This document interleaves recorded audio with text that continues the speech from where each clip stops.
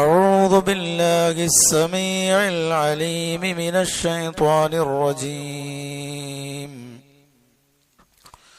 فاستبقوا الخيرات أينما تكونوا يأت بكم الله جميعا إن الله على كل شيء قدير اتقوا الله عباد الله. അല്ലാഹു സുബ്ഹാനഹു വ തആലയുടെ വിധിവിലക്കുകൾ ജീവിതത്തിന്റെ മുഴുവൻ മേഖലകളിലും കൃത്യമായി പാലിക്കണമെന്ന് വളരെ ഗൗരവമായ ഭാഷയിൽ എല്ലാ ആളുകളെയും ഓർമ്മപ്പെടുത്തുന്നു, വസിയത്ത് ചെയ്യുന്നു. അല്ലാഹു സുബ്ഹാനഹു വ തആല അവൻ ഇഷ്ടപ്പെട്ട രീതിയിൽ ജീവിക്കുവാനും അങ്ങനെ തന്നെ കണ്ണടച്ചു പോകുവാനുമുള്ള സൗഭാഗ്യം നമുക്കേവർക്കും പ്രദാനം ചെയ്യുമാറാകട്ടെ.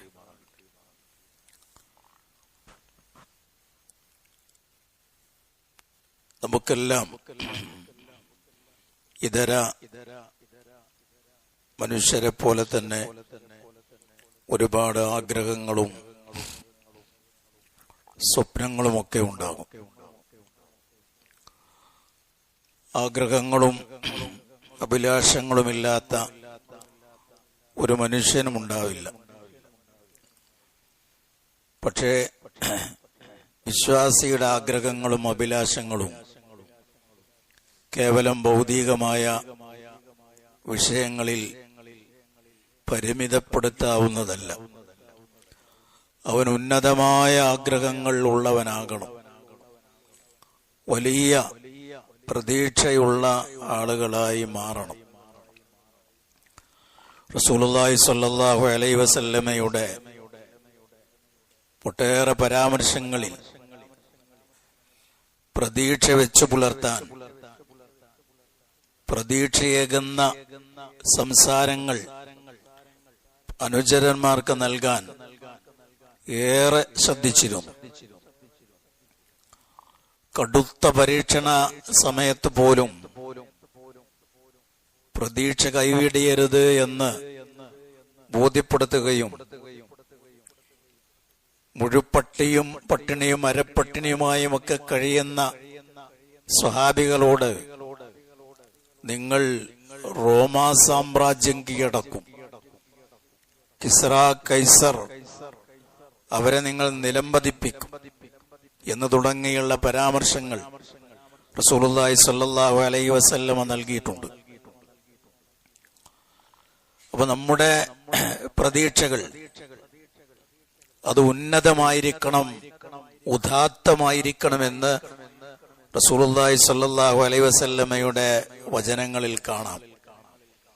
കേവലം ഒരു വീട്, ഒരു മുന്തിയ വാഹനം, സാമ്പത്തിക ഭദ്രത, മക്കളുടെ വിവാഹം, സുരക്ഷിതമായൊരു തൊഴിൽ എന്നതിൽ പരിമിതപ്പെട്ടു പോകരുത് ഒരു വിശ്വാസിയുടെ അഭിലാഷങ്ങൾ, അവന്റെ ആഗ്രഹങ്ങൾ. ഭൗതിക ലോകത്ത് ആഗ്രഹിക്കുന്ന കാര്യങ്ങൾ എല്ലാം നിറവേറിക്കൊള്ളണമെന്നുമില്ല, അത് നടന്നുകൊള്ളണമെന്നുമില്ല. എത്രയെത്ര സംഭവങ്ങൾ നമ്മുടെ മുമ്പിൽ ഇന്നും മായാതെ അതിന്റെ ദുഃഖങ്ങളും വേദനകളും മനസ്സിൽ നിന്ന് വിട്ടുമാറാത്ത എത്രയോ അനുഭവങ്ങൾ നമ്മുടെ ജീവിതത്തിലുണ്ട്. കളിപ്പാട്ടങ്ങൾക്ക് കാത്തിരിക്കുന്ന കുഞ്ഞുങ്ങളുടെ മുന്നിൽ വെള്ള പുതച്ചു കൊണ്ടുവന്ന പിതാവിന്റെ ഭൗതിക ശരീരം കാണേണ്ടി വന്ന മക്കളുടെ ചരിത്രങ്ങൾ, അവരുടെ അനുഭവങ്ങൾ ഒറ്റപ്പെട്ടതല്ല. ജീവിതത്തിലെ ഏറ്റവും വലിയ സ്വപ്നമാകുന്ന ഈ ലോകത്തെ ഏറ്റവും വലിയൊരു സ്വപ്നമായി ഒരു വീടുണ്ടാകണമെന്ന് ആഗ്രഹിക്കുകയും അത് സാക്ഷാത്കരിക്കുകയും ചെയ്ത് അതിൽ ഒരു മണിക്കൂർ പോലും ജീവിക്കാൻ പറ്റാതെ അയാളുടെ ഭൗതിക ശരീരമാണ് ആ വീട്ടിലേക്ക് കൊണ്ടുവരുന്നത്. അങ്ങനെയുള്ള അനുഭവങ്ങൾ നമ്മുടെയൊക്കെ ജീവിതത്തിൽ കടന്നുപോയിട്ടുണ്ടാകും. നമ്മളുമായി ബന്ധപ്പെട്ട ആളുകളുടെ ജീവിതത്തിൽ അങ്ങനെയുള്ള അനുഭവങ്ങൾ പലപ്പോഴും അതിന് സാക്ഷ്യം വഹിക്കേണ്ടുന്ന വിധി നമുക്കുണ്ടായിട്ടുണ്ടാവും. ഇതൊക്കെ ഭൗതികമായ ലോകത്തുള്ള അവസ്ഥ അങ്ങനെയാണ്. എന്നാൽ പാരത്രിക വിഷയവുമായി ബന്ധപ്പെട്ട് ഒരു വിശ്വാസി അവന് സതുദ്ദേശപൂർവം ഉറച്ച നിയത്ത് അവനുണ്ട് എങ്കിൽ അവനവന്റെ വീട്ടിലിരുന്നാൽ പോലും അവന്റെ ലക്ഷ്യങ്ങളും ആഗ്രഹങ്ങളും വെറുതെയാവില്ല എന്ന് ദീൻ നമ്മെ പഠിപ്പിക്കുന്നുണ്ട്. മതവുമായി ബന്ധപ്പെട്ട അവന്റെ ആത്മാർത്ഥമായ ഒരാഗ്രഹം അതവന് നിർവഹിക്കാൻ സാധിച്ചിട്ടില്ലെങ്കിൽ പോലും നിർവഹിച്ചതിന് സമാനമായ തുല്യമായ പ്രതിഫലം കിട്ടുന്ന കാര്യങ്ങളായി അത് അല്ലാഹു തആല മാറ്റിത്തരുമെന്ന് റസൂലുള്ളാഹി സ്വല്ലല്ലാഹു അലൈഹി വസല്ലമ പഠിപ്പിച്ചിട്ടുണ്ട്. സദുദ്ദേശങ്ങൾക്ക് വരെ, നല്ല ഉദ്ദേശങ്ങൾക്ക് വരെ വമ്പിച്ച പ്രതിഫലം അല്ലാഹു സുബ്ഹാനഹു വ തആല നൽകുന്നു. റസൂലുള്ളാഹി സ്വല്ലല്ലാഹു അലൈഹി വസല്ലമ നമ്മെ പഠിപ്പിച്ചിട്ടുള്ള ഒരു ഹദീസിൽ കാണാം, ഇമാം ബുഖാരി, ഇമാം മുസ്ലിം റഹിമഹുല്ലാഹ് തന്റെ സ്വഹീഹിൽ രേഖപ്പെടുത്തിയ ഒരു സംഭവം. തബൂക്ക് യുദ്ധവുമായി ബന്ധപ്പെട്ട അതിന്റെ പശ്ചാത്തലത്തിൽ റസൂലുള്ളാഹി സ്വല്ലല്ലാഹു അലൈഹി വസല്ലമ നമ്മെ പഠിപ്പിച്ചതാണ്. റസൂലുള്ളാഹി പറഞ്ഞു, ഇന്ന ഫിൽ മദീനതി റിജാലൻ മാ സിർതും മസീറ വലാ ഖതഅതും വാദിയ ഇല്ലാ കാനൂ മഅഹും ഹബസഹുമുൽ മറദ്. തബൂക്ക് യുദ്ധത്തിന് തന്റെ കൂടെ സഞ്ചരിക്കുന്ന, യാത്ര ചെയ്യുന്ന അനുചരന്മാരോട് റസൂലുള്ളാഹി സ്വല്ലല്ലാഹു അലൈഹി വസല്ലമ പറയുകയാണ്, മദീനയിൽ ഒരു പറ്റം ആളുകളുണ്ട്. അവർ നിങ്ങൾ ഈ യുദ്ധത്തിന് വേണ്ടി ചെയ്യുന്ന യാത്രകൾ, നിങ്ങൾ ഏതൊരു താഴ്വര താണ്ടിക്കടക്കുന്നുവോ അതിന് നിങ്ങൾക്ക് കിട്ടുന്ന സമാനമായ പ്രതിഫലം അവർക്കും കിട്ടും. അവർ മദീനയിലാണ്, നമ്മൾ തബൂക്കിലേക്കാണ് പോകുന്നത്. അന്ന് റസൂലുള്ളാഹി സ്വല്ലല്ലാഹു അലൈഹി വസല്ലമ മദീനയിൽ നിന്ന് തബൂക്കിലേക്ക് പോകാൻ ഏറെ പ്രയാസപ്പെട്ടിട്ടുണ്ട്. കടുത്ത ചൂട്, ദാരിദ്ര്യം, പട്ടിണി എല്ലാം നിറഞ്ഞു നിൽക്കുന്ന സമയമാണ്. ആ ഒരു സ്ഥിതിയിലാണ്, അവസ്ഥയിലാണ് തബൂക്കിലേക്ക് പോകുന്നത്. 700ഓളം കിലോമീറ്ററുകളുണ്ട് തബൂക്കിലേക്ക് മദീനയിൽ നിന്ന്. അത്രയും ദീർഘമായ ഒരു യാത്ര, അങ്ങോട്ടും ഇങ്ങോട്ടും അത് കണക്ക് കൂട്ടുമ്പോൾ 1000ന്റെ മീതെ അവർക്ക് യാത്ര ചെയ്യേണ്ടി വന്നിട്ടുണ്ട്. പട്ടിണിയാണ്, ദാരിദ്ര്യമാണ്. ഇതെല്ലാം സഹിച്ചുകൊണ്ട് ആ യുദ്ധത്തിന് പോകുന്ന ആളുകൾക്ക് കിട്ടുന്ന അതേ പ്രതിഫലം മദീനയിൽ യുദ്ധത്തിന് നമ്മുടെ കൂടെ പോരാതെ മദീനയിൽ ഇരിക്കുന്ന ആളുകൾക്കും കിട്ടും. എന്തുകൊണ്ട്? അവർക്കും ഈ യുദ്ധത്തിൽ പങ്കെടുക്കാൻ, ദീനിന് വേണ്ടി ഇങ്ങനെ വിയർപ്പൊഴിക്കുവാനുള്ള ഉത്കടമായ ആഗ്രഹവും നിയ്യത്തും അവർക്കുണ്ടായിരുന്നു എന്നതുകൊണ്ട് ആ നിയ്യത്ത് പരിഗണിച്ച് ഈ യുദ്ധത്തിൽ പങ്കെടുത്തതിന് സമാനമായ പ്രതിഫലം മദീനയിലുള്ള ഈ ആളുകൾക്കും ലഭിക്കുമെന്ന് റസൂലുള്ളാഹി സ്വല്ലല്ലാഹു അലൈഹി വസല്ലമ പറഞ്ഞിട്ടുണ്ട്. ഈ ഹദീസിന്റെ വെളിച്ചത്തിൽ മഹാരഥന്മാരായ പണ്ഡിതന്മാർ പറയുന്നത്, ഒരു പുണ്യകർമ്മം നമുക്ക് ചെയ്യാൻ ശാരീരികമായും സാമ്പത്തികമായും നമുക്കതിന് സാധിക്കുന്നില്ല എങ്കിൽ പോലും അത് ചെയ്യണം എന്ന അടക്കാൻ കഴിയാത്തൊരാഗ്രഹം നമ്മുടെ മനസ്സിലുണ്ടെങ്കിൽ ആ പുണ്യകർമ്മം ചെയ്തവനായി അല്ലാഹു തആല നമ്മെ പരിഗണിക്കും.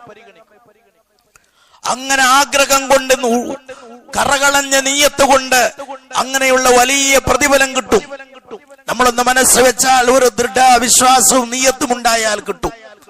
രക്തസാക്ഷിയുടെ പ്രതിഫലം വരെ നിയ്യത്ത് കൊണ്ട് ആർജിക്കാൻ സാധിക്കുമെന്ന് റസൂലുള്ളാഹി സ്വല്ലല്ലാഹു അലൈഹി വസല്ലം പഠിപ്പിച്ചിട്ടുണ്ട്.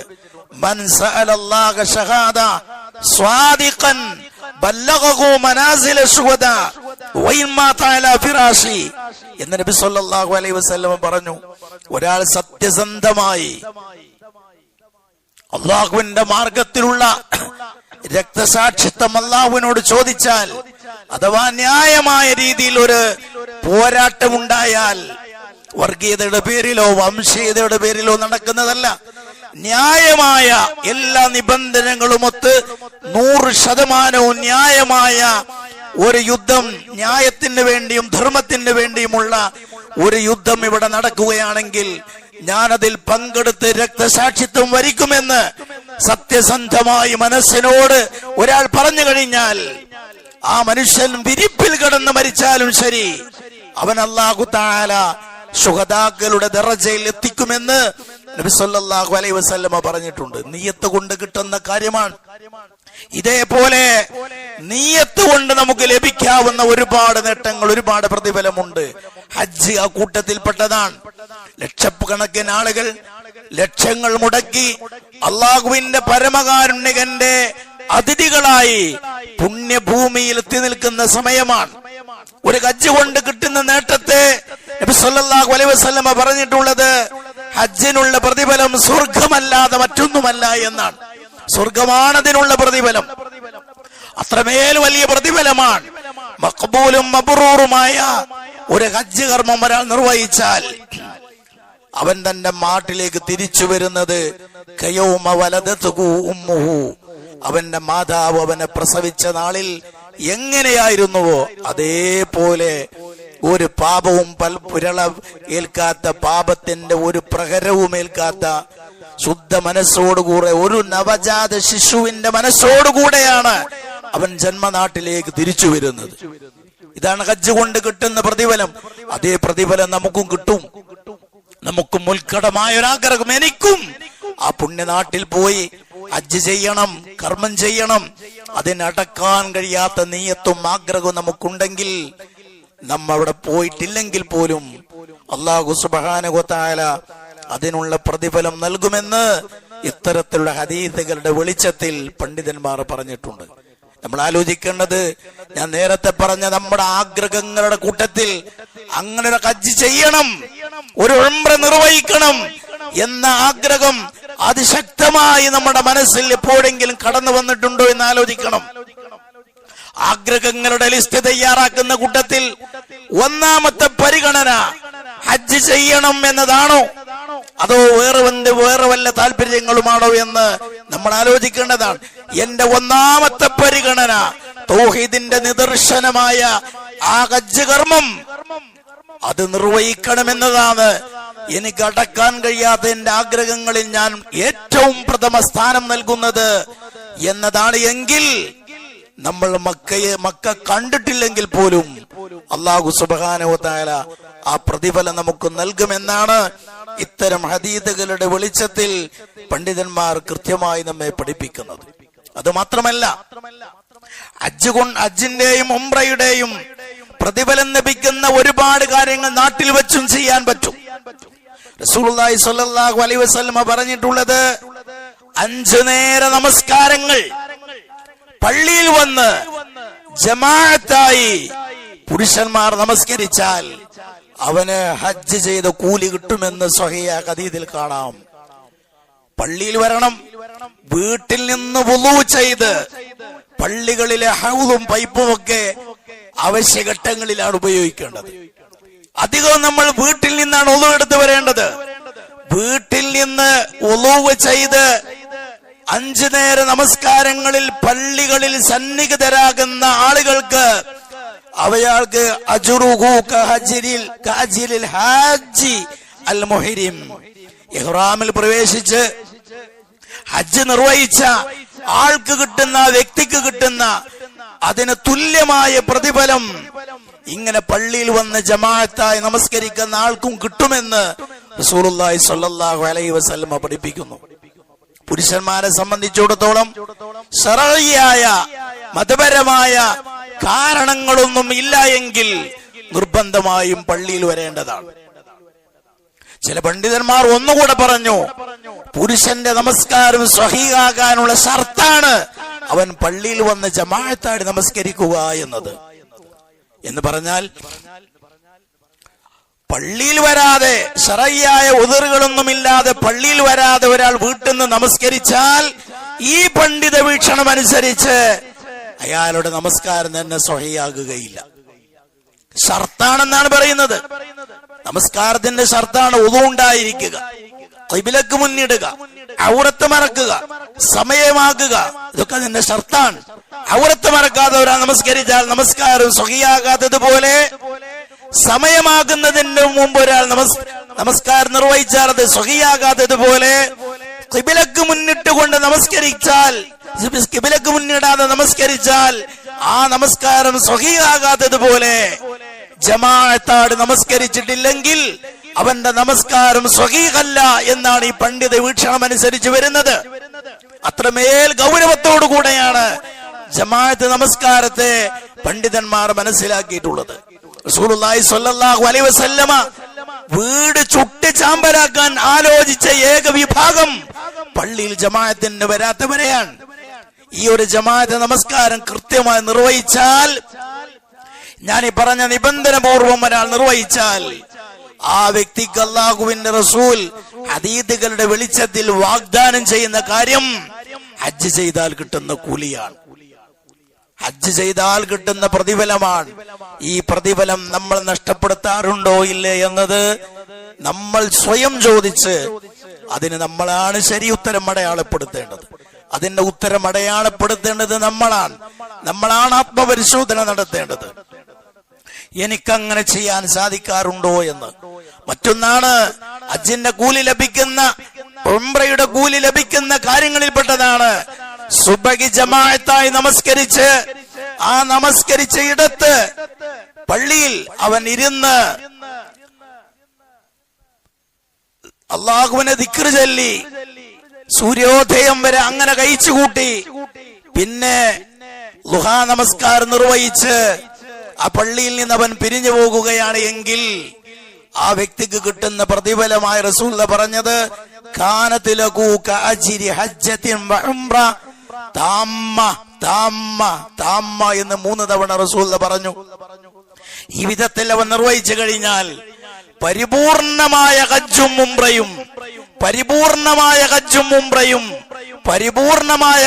ഉംറയും നിർവഹിച്ച കൂലി ലഭ്യമാണ് എന്ന് നബി സല്ലല്ലാഹു അലൈഹി വസല്ലം ആവർത്തിച്ചു പറയുന്നു. അങ്ങനെ അത്രമേൽ വലിയ പ്രതിഫലമാണ്. മറ്റൊരു കാര്യം, ഹജ്ജിന്റെ കൂലി കിട്ടുന്ന പ്രതിഫലമായി കർമ്മമായി റസൂൽ പറയുന്നത് ഫറള് നമസ്കാരങ്ങളുടെ ശേഷം നിർവഹിക്കുന്ന ദിക്റുകളാണ്. അത് നിസ്സാരമായി കാണേണ്ടതല്ല. ഫറള് നമസ്കാരങ്ങൾക്ക് ശേഷം ദിക്റുകൾ, സുബ്ഹാനല്ലാഹ്, അൽഹംദുലില്ലാഹ്, അല്ലാഹു അക്ബർ പോലെ റസൂലുള്ളാഹി സ്വല്ലല്ലാഹു അലൈഹി വസല്ലം പഠിപ്പിച്ചു തന്നിട്ടുള്ള അദ്കാറുകൾ, ആ അദ്കാറുകൾ ചിട്ടയായി ഭംഗിയായി നിർവഹിച്ചു കഴിഞ്ഞാലും ഈ കൂലി കിട്ടും. ഹദീസുകളിൽ കാണാം, റസൂലുള്ളാഹി സ്വല്ലല്ലാഹു അലൈഹി വസല്ലമയുടെ അടുത്ത് മുഹാജിറുകളിൽപ്പെട്ട കുറച്ച് പാവപ്പെട്ട സ്വഹാബികൾ വരുന്നു.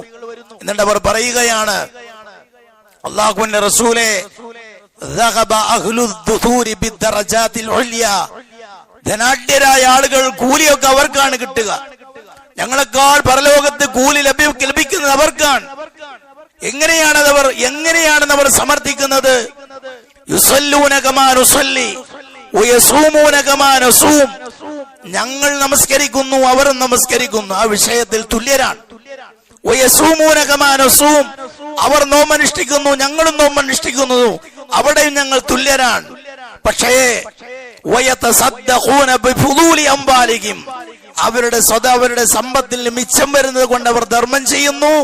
വയഹജ്ജൂന വയഅ്തമിറൂൻ, ഹജ്ജ് ചെയ്യുന്നു, ഉംറ ചെയ്യുന്നു, ഞങ്ങൾക്കതിന് സാധിക്കുന്നില്ല എന്നാണ് അവർ പറയുന്നത്. മദീനയിൽ നിന്നാണ്. അപ്പൊ മദീനയിൽ നിന്ന് അവിടെ പോയി വരാനുള്ള സാമ്പത്തിക ശേഷിയില്ല. അപ്പൊ റസൂൽ അവരോട് പറഞ്ഞു, അവർക്ക് കിട്ടുന്ന അതേ പ്രതിഫലം, അവർ സദഖ ചെയ്താൽ അവർക്ക് കിട്ടുന്ന പ്രതിഫലം, അവർ ഹജ്ജ് ചെയ്താൽ അവർക്ക് കിട്ടുന്ന പ്രതിഫലം, അവർ ഉംറ നിർവഹിച്ചാൽ കിട്ടുന്ന പ്രതിഫലത്തിന് സമാനമായ പ്രതിഫലം നിങ്ങൾക്കും കിട്ടും എന്ന് പറഞ്ഞിട്ട് റസൂൽ പറഞ്ഞത്, ഫറള് നമസ്കാരങ്ങൾക്ക് ശേഷം നിങ്ങൾ സുബ്ഹാനല്ലാഹ് 33 തവണ, അൽഹംദുലില്ലാഹ് 33 തവണ, അല്ലാഹു അക്ബർ 33 തവണ നിങ്ങൾ പറയൂ, നിങ്ങൾക്കത് കിട്ടും.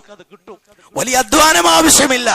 അല്ലാഹു സുബ്ഹാനഹു വ തആല നമ്മോട് കാണിക്കുന്ന അതിരറ്റ അവന്റെ ഔദാര്യമാണത്.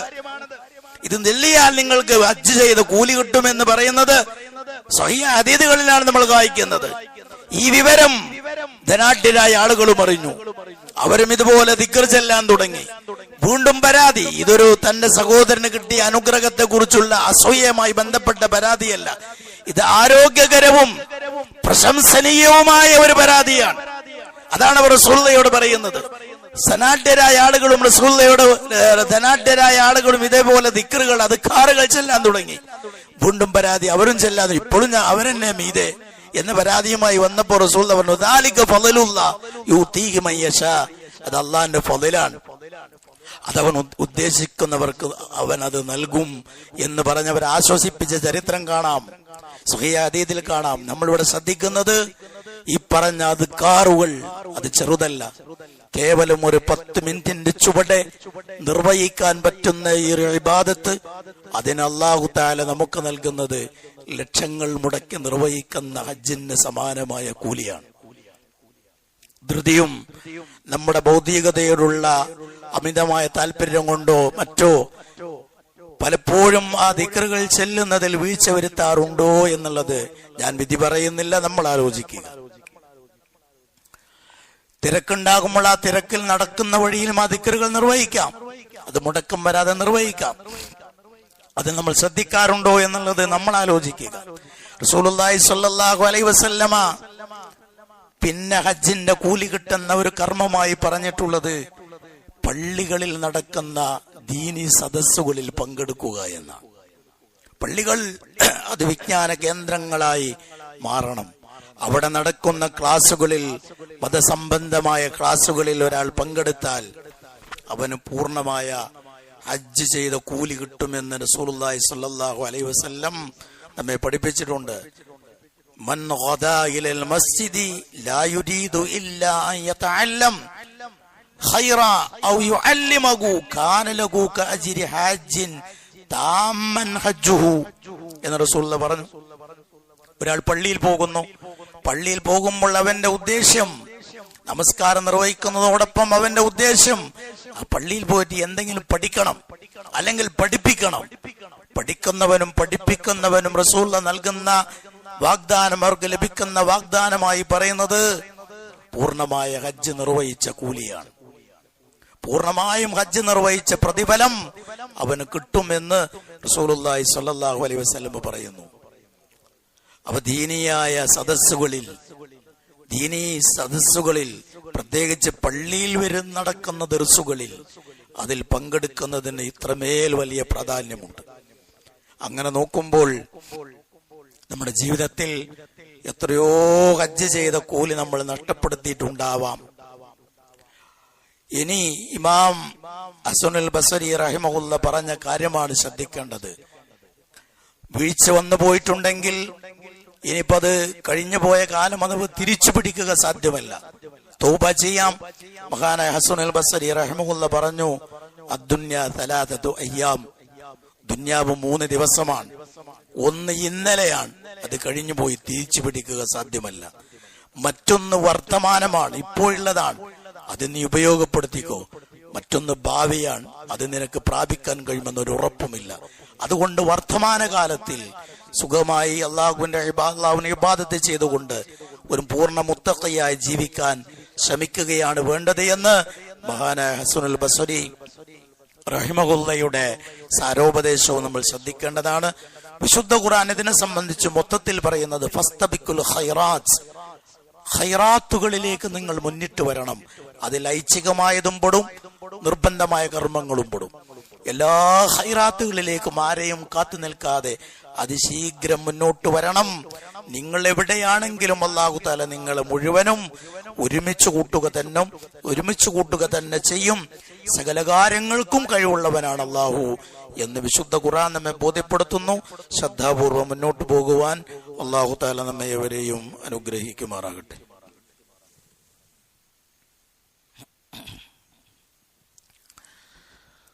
അൽഹംദുലില്ലാഹി റബ്ബിൽ ആലമീൻ വസ്സലാത്തു വസ്സലാമു അലാ തമ്മാനിൽ അക്മലാൻ അലൽ മബ്ഊസ് റഹ്മത്തൻ ലിൽ ആലമീൻ വഅലാ ആലിഹി വസഹ്ബിഹി അജ്മഈൻ. അമ്മാ ബഅദ്, ഇത്തഖുല്ലാഹ ഇബാദല്ലാഹ്.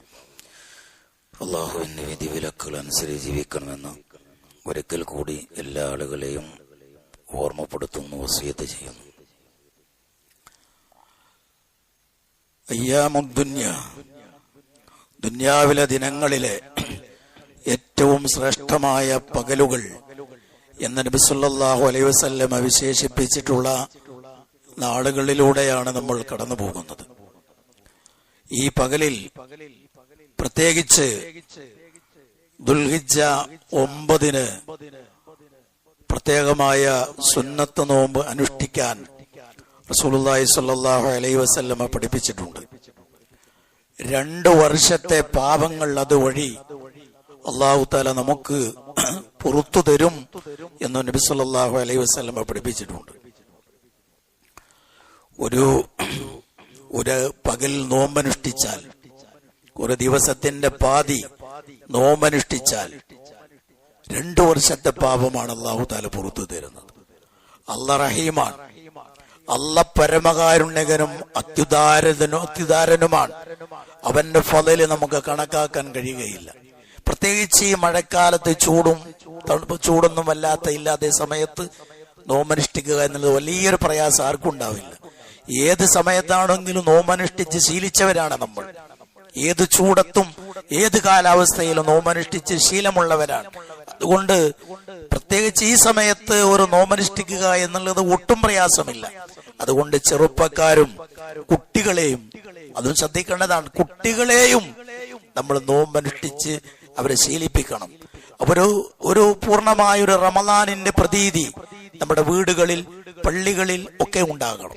അങ്ങനെ നോമ്പനുഷ്ഠിച്ചു കഴിഞ്ഞാൽ 2 വർഷത്തെ പാപമാണ് പുറത്തു തരുമെന്ന് വാഗ്ദാനം ചെയ്തിട്ടുള്ളത്. അപ്പൊ അതുകൊണ്ട് അത് പ്രത്യേകമായി ശ്രദ്ധിക്കണമെന്ന് ഓർമ്മപ്പെടുത്തുകയാണ്. പെരുന്നാളാണ് തിങ്കളാഴ്ച. പെരുന്നാളിന്റെ ആദാബുകൾ, അതിന്റെ മര്യാദകൾ നമുക്കറിയാം. ഞാൻ ദീർഘമായി പറയുന്നില്ല, നമുക്കറിയാവുന്നതാണ്. ഒന്ന് ഓടിച്ചു പറയാം. പെരുന്നാളിന് വേണ്ടി കുളിക്കുക എന്നുള്ളത് കൂലി കിട്ടുന്ന കാര്യമാണ്. കേവലം ഒരു കുളിയല്ല, പെരുന്നാൾ നമസ്കരിക്കാൻ വേണ്ടി കുളിക്കുക. അങ്ങനെ ഒരു നിയ്യത്തോടു കൂടെ കുളിച്ചാലും കൂലിയാണ്. കുളിച്ചാൽ വരെ കൂലി തരും, അതിന് കൂലി ലഭിക്കുന്നു.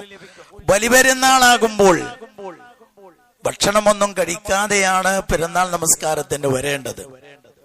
ഉള്ളതിൽ പുതിയതോ അല്ലെങ്കിൽ ഉള്ളതിൽ ഏറ്റവും മെച്ചപ്പെട്ട വസ്ത്രമോ ധരിച്ചുകൊണ്ട് തക്ബീറുകൾ ധാരാളമായി ചൊല്ലി ഭക്ഷണമൊന്നും കഴിക്കാതെ നമ്മൾ നമസ്കരിക്കാൻ വേണ്ടി വരണം. ഇപ്രാവശ്യം ഇൻഷാ അല്ലാഹ് മഴയൊക്കെ ആയതുകൊണ്ട് മിക്കവാറും നമ്മുടെ പള്ളിയിൽ തന്നെയാണ് പെരുന്നാൾ നമസ്കാരം ഉണ്ടാകുക. എല്ലാ പെരുന്നാൾ നമസ്കാരങ്ങളും കൃത്യസമയത്ത് തന്നെ അല്ലാഹുവിന്റെ തൗഫീഖോടുകൂടെ നമ്മൾ നിർവഹിക്കാറുണ്ട്. ഇൻഷാ അല്ലാഹ് ഇന്ന് ഈ പെരുന്നാൾ നമസ്കാരം നമ്മൾ നിശ്ചയിച്ച 7 മണിക്ക് തന്നെ പെരുന്നാൾ നമസ്കാരം കൃത്യമായ ആ സമയത്ത് നിർവഹിക്കും. ബലിപെരുന്നാളായതുകൊണ്ട് ചെറിയ പെരുന്നാളിനേക്കാൾ ഒന്നുകൂടെ നേരത്തെ നമസ്കരിക്കലാണ് റസൂലുള്ളാഹി സ്വല്ലല്ലാഹു അലൈഹി വസല്ലമയുടെ ചര്യ. അത് പ്രത്യേകമായി നമ്മൾ ശ്രദ്ധിക്കേണ്ടതാണ്. അയ്യാമുത്ത് തശ്രീഖിലൊക്കെ ധാരാളം അയ്യാമുത്ത് തശ്രീഖ് എന്ന് പറഞ്ഞാൽ ദുൽഹിജ്ജ 11, 12, 13 ദിവസങ്ങളിലൊക്കെ കൂടുതലായി അള്ളാഹുവിനെ ഓർക്കുകയും ദിക്ർ ചൊല്ലുകയും ഒക്കെ ചെയ്യേണ്ടതാണ്. ആഘോഷിക്കാനുള്ളത് തന്നെയാണ്. നോമ്പ് നിഷിദ്ധമായ സമയമാണ്. അപ്പൊ ആഘോഷിക്കാനുള്ളത് തന്നെയാണ്. എല്ലാ ആഘോഷങ്ങളും അത് അള്ളാഹുവിലേക്ക് കൂടുതൽ അടുക്കാനുള്ളതാണെന്നാണ് പണ്ഡിതന്മാർ പറഞ്ഞിട്ടുള്ളത്. ഈ കാര്യങ്ങളെല്ലാം ശരിയാമിതം ശ്രദ്ധിച്ചു മുന്നോട്ട് പോകുവാൻ നമ്മൾ ജാഗ്രത പാലിക്കുകയും നമ്മുടെ സജീവമായ ശ്രദ്ധയിൽ അതുണ്ടാകുകയും വീഴ്ച വരാതെ കരുതലോടെ മുന്നോട്ട് പോകാൻ ശ്രമിക്കുകയും ചെയ്യണം. അല്ലാഹു സുബ്ഹാനഹു വ തആല നമ്മേവരെയും അനുഗ്രഹിക്കുമാറാകട്ടെ. പല പ്രയാസങ്ങളും അനുഭവിക്കുന്ന സഹോദരന്മാർ, സഹോദരികൾ, അവിടെയൊക്കെ പ്രയാസങ്ങൾ അല്ലാഹു ദൂരീകരിച്ചു കൊടുക്കുമാറാകട്ടെ. സാമ്പത്തികമായ പ്രയാസങ്ങൾ അനുഭവിക്കുന്നവരുണ്ട്, ശാരീരികമായ വിഷമതകൾ അനുഭവിക്കുന്നവരുണ്ട്. എല്ലാവരുടെയും പ്രയാസങ്ങൾ അല്ലാഹു ദൂരീകരിച്ചു കൊടുക്കുമാറാകട്ടെ. രോഗികൾക്ക് അല്ലാഹു ശമനം പ്രദാനം ചെയ്യുമാറാകട്ടെ. അല്ലാഹു തആല നൽകുന്നതെന്തും മനസ്സംതൃപ്തിയോടുകൂടെ സ്വീകരിക്കാൻ കഴിയുന്ന നല്ല ഈമാനുള്ള മനസ്സ് നമുക്ക് ഏവർക്കും അല്ലാഹു പ്രദാനം ചെയ്യുമാറാകട്ടെ. اللهم اغفر للمؤمنين والمؤمنات المسلمين والمسلمات الأحياء منكم والأموات إنك مجيب الدعوة يا قاضي الحاجات. اللهم اجرنا من النار. اللهم احينا على الكتاب والسنة ومتنا مع الإيمان والتوبة يا أرحم الراحمين.